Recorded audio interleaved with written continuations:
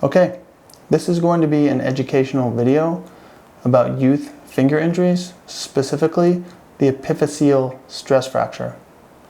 When it comes to youth climbing injuries, regarding the fingers, this is the most common and the most important to understand injury in a youth climbing athlete. It accounts for approximately 4.4 injuries per 1,000 climbing hours. Sprains in youth athletes accompany about 27% of injuries. Strains are going to be about 26%, which is going to be more muscular. But these injuries come as a result of repetitive overuse from climbing, which is the primary mechanism. Location, we're going to talk specifically in this video about the hands and the fingers, but more specifically the epiphyseal growth plate injury. And these injuries typically happen in athletes in their older years, specifically going through puberty. Another type of sports injury is something that we see common when athletes will present with this type of finger injury. This comes from just consistent repetitive fatigue and the body's inability to accommodate for the expense of training on their body's ability to create protein synthesis and to regenerate tissue to maintain their current climbing level. Preventive taping also is a big red flag for this type of injury. If you have an athlete presenting your child, or if you're a coach with an athlete that's consistently taping the PIP joint of the middle finger for weeks and months to climb on it, that's one of the red flags that we want to make sure we talk to this athlete and take care of it before it turns into a bigger problem.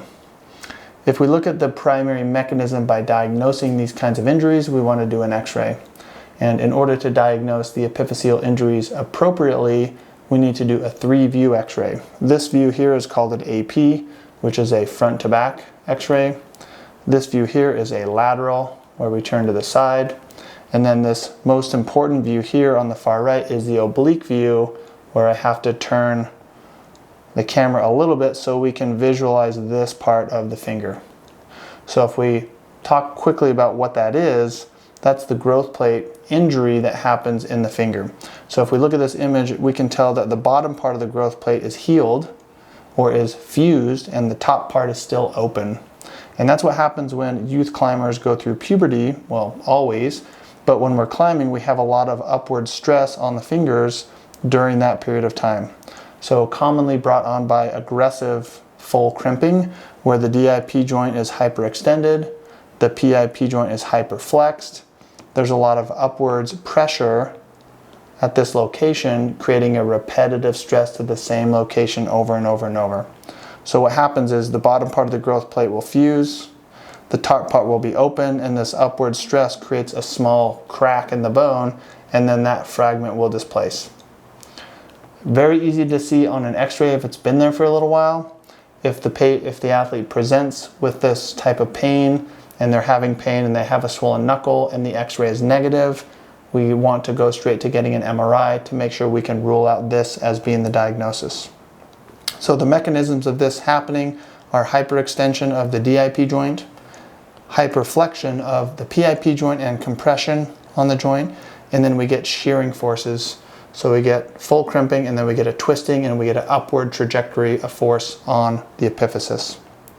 Consequences, if we don't catch these early enough, lead to serious impairment of the finger, also getting misaligned growth or cessation of the growth to the bone. So this is a really important injury to diagnose. It's a very easy injury to diagnose, harder injury to treat if it's undiagnosed and lasts a long time and the athletes are climbing on it, which happens quite often. So one of the things that I wanted to mention here in this video is the 4 identified risk factors for this kind of injury. And these are not absolute. These are relative to the individual athlete, and it is the abundance of these in conjunction with climbing that creates the risk. Excessive crimping. So using a diversing grips makes sense. Excessive crimping puts more stress on that location, especially when athletes are going through puberty and they're getting stronger, more force, more position. Double dyno, or just campusing in general with your feet off on edges. So the big slaps where you get a big smack on the finger, still getting the fingers wrapped around something, you still get a lot of upwards pressure on the epiphysis. Weighted pull-ups, even though pull-ups aren't a crimp position, we still get a lot of upward trajectory here on the finger when the joint is flexing aggressively down. So weighted pull-ups in conjunction with those other things, also a little bit of a risk factor. And then the very last one is high volume speed climbing training. And so now I think climbers are diversifying and not everyone has to do all the things, but previously when athletes had to do all three disciplines, crimping, bouldering, training for climbing, the volume of rope climbing and the speed climbing all combined led to a little bit more of an excessive overuse to the finger, which is a risk factor. Don't think that any of those in and of themselves are risky though. That's not what I want to suggest. Real quick on symptoms that your athlete might present with. Swelling and pain over the PIP joint, typically the middle and the ring fingers.